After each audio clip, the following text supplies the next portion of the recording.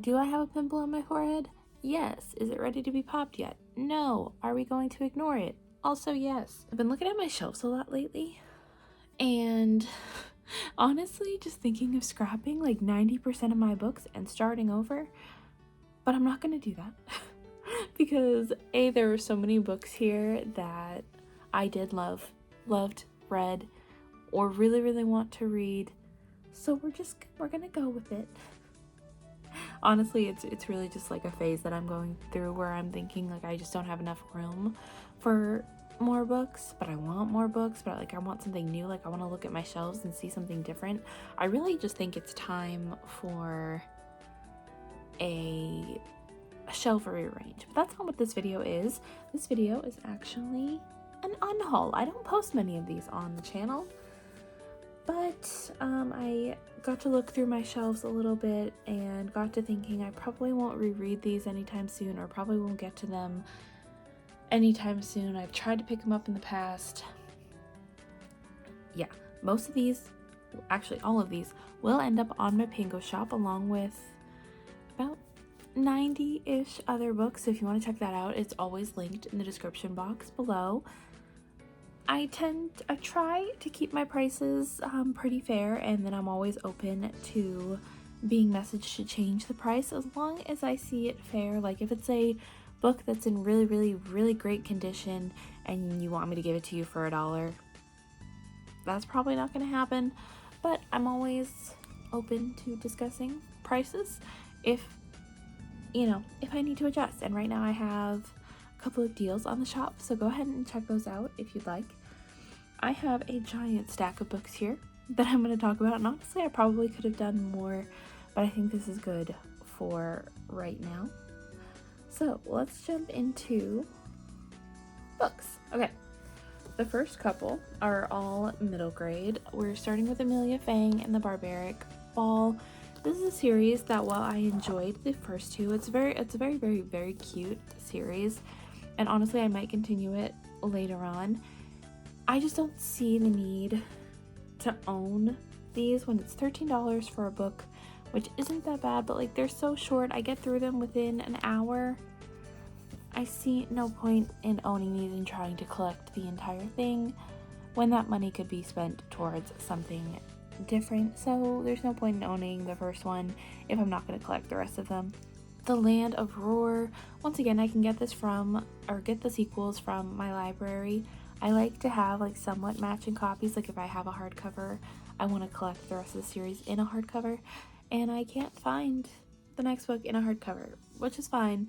It's fine. It can go to a more loving home. While I did like the book, I just don't feel the need to collect the rest of the series. Same thing with Wretched Water Park. This is the first in the Sinister Summer series. While I do plan on continuing the series, I just don't feel the need to own the books when I can just get them from my library or get the audiobooks or something like that. And then same thing with the Christmas Saurus. Cute, fun, plan on continuing, don't need to own it. The Year of the Witching is one that I have now tried to read 3 times. I got really far into it, just didn't finish it in the time frame that I wanted to, put it down. It has been on my TBR for so long, for many a Halloween. I have wanted to read this like during the spooky season, just never end up getting to it, never end up finishing it. And honestly, what I read of it was decent, but not a new favorite, so I think it's time to move on. While I love the TV show for this series, and honestly have thought about keeping this whole series, I honestly think these can go, and it's okay. That's my Supernatural books. I had 3 of the mass market paperback for Supernatural, and while I love this series so much, like the TV show is probably my favorite show of all time, I just don't gravitate towards the books.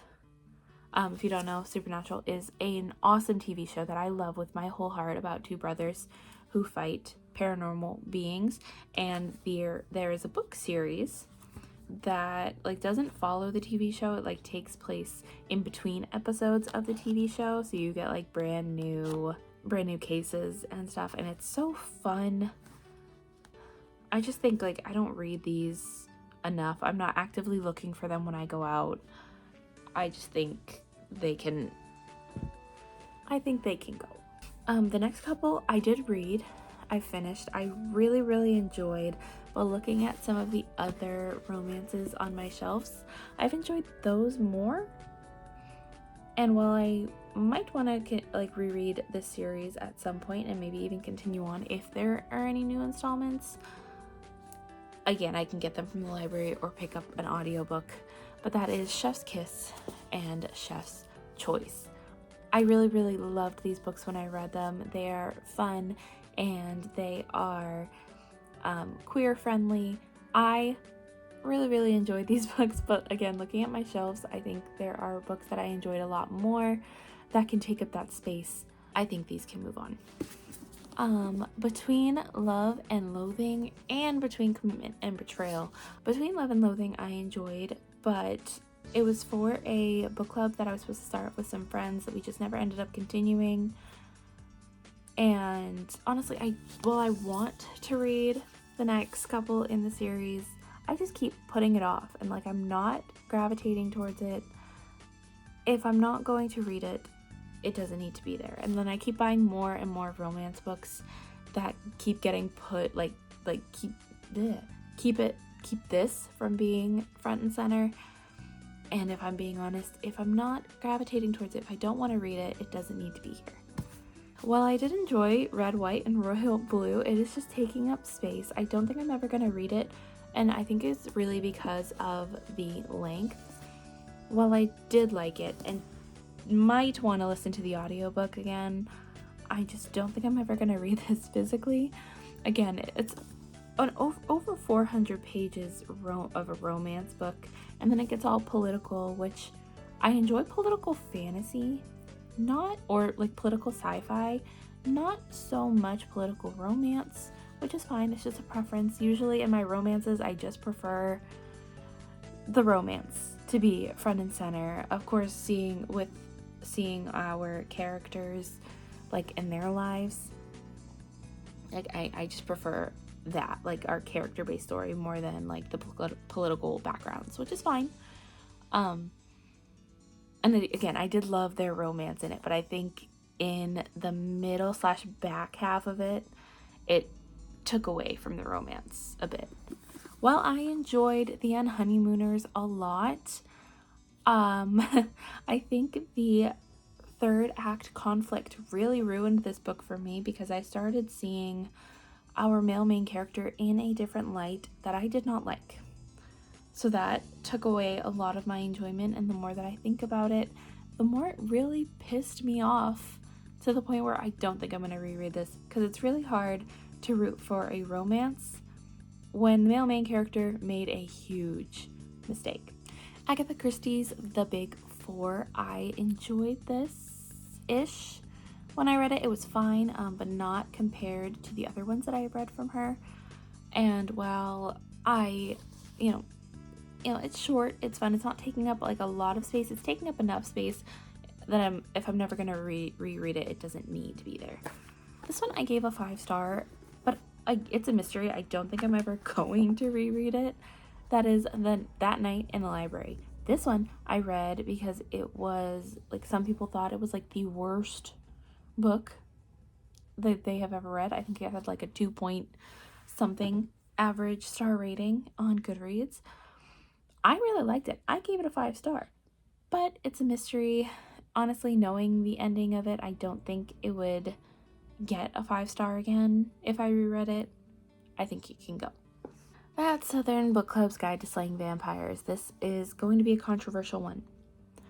I am really disappointed in the 2 Grady Hendrix books that I have read.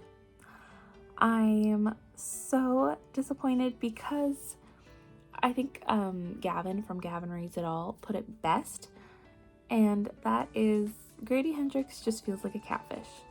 He sets out to do certain things, certain tropes, and like it just doesn't always hit correctly. And honestly, it's so disappointing and so infuriating. And I was keeping a hold of this so that Benson might, because Benson might want to read it, but they said that they don't want to read it, or they might read it later on down the line, but they're not in a hurry to. So I'm just gonna get rid of it, and then we can get a copy from the library or something, because I don't want this on my shelf. I think I'm all done with Grady Hendrix's books, because this is now the third time that I've read something from him that I've been really disappointed by, because it always has like a really fun premise. It just never ends up working out the way he says it will. Poirot Investigates, same thing. Agatha Christie. I've read better books. It's taking up space. It's gotta go. Gallant, I have read twice. And while I did enjoy this one the 2 times that I read it, I think it was fun. It was really interesting. I have just read better books from V.E. Schwab. And I don't know if I'm gonna reread it a 3rd time, if I really want to. Pumpkin Spice and Poltergeist was a fun time. I don't want to reread it.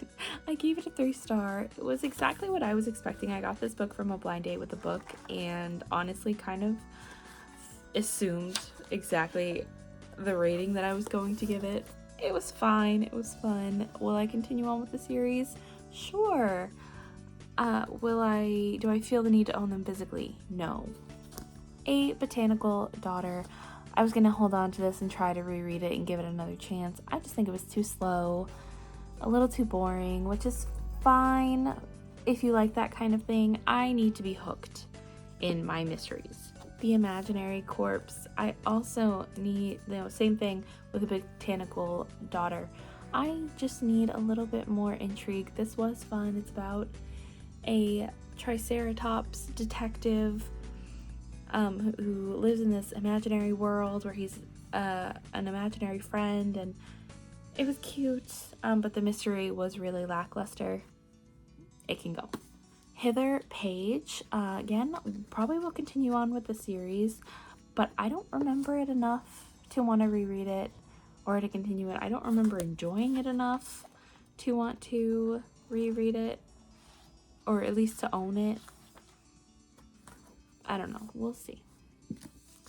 Wax. I have reread this 3 times and really enjoyed it. Like, this was my go-to comfort read for a long time, but I think I've grown. My reading has grown. I don't think I have felt the need to reread this in a long time. Unnatural Creatures. Benson and I have decided to unhaul this because even though this is a collection of stories that are written by a ton of different authors, the stories were selected by an author that we no longer care to read from before, and unfortunately, because his name is attached, we no longer want to own that collection. A Haunting on the Hill. This was I believe it was like a retelling of The Haunting of Hill House. Benson bought it for one of the books of 13 Nights of Halloween. I thought this one was just okay. It did not live up to my expectations. I don't plan on ever rereading it. It can go. And Circe. I enjoyed it enough at the time. To be so honest, though, I read more as a history book than like an actual interesting, entertaining, plot-driven story. I'm never gonna reread it. It can go.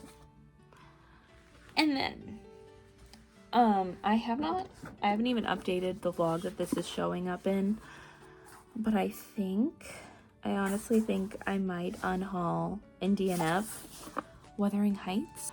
Be on the lookout for that video to see if I end up doing that. It'll be the Choose Your Own Adventure video. This is coming out before that, but I just couldn't care less. Not that it's a bad book at all. I just don't like toxic romances, which I should have known before I picked this up. I should have just known that I would not be into it. I just don't love toxicity. I don't like reading about it. I don't like feeling I should root for it. I just don't think this is going to be my kind of story, which is fine. I think there are better classics out there to read, more interesting ones that I am more excited for. I think we just might end up unhauling and DNFing and not picking another book that has that prompt in it. Okay, so those are all of the books that will be on the Pango shop shortly, within the next couple of days, obviously after filming this, so be on the lookout for those. Make sure to hit that like button if you like this video, and subscribe if you want to see more from me, as well as Benson, who's a frequent member on this channel. I will leave all of their links down in the description box below, as well as links to my social media if you want to get any more updates from me. But until then, goodbye.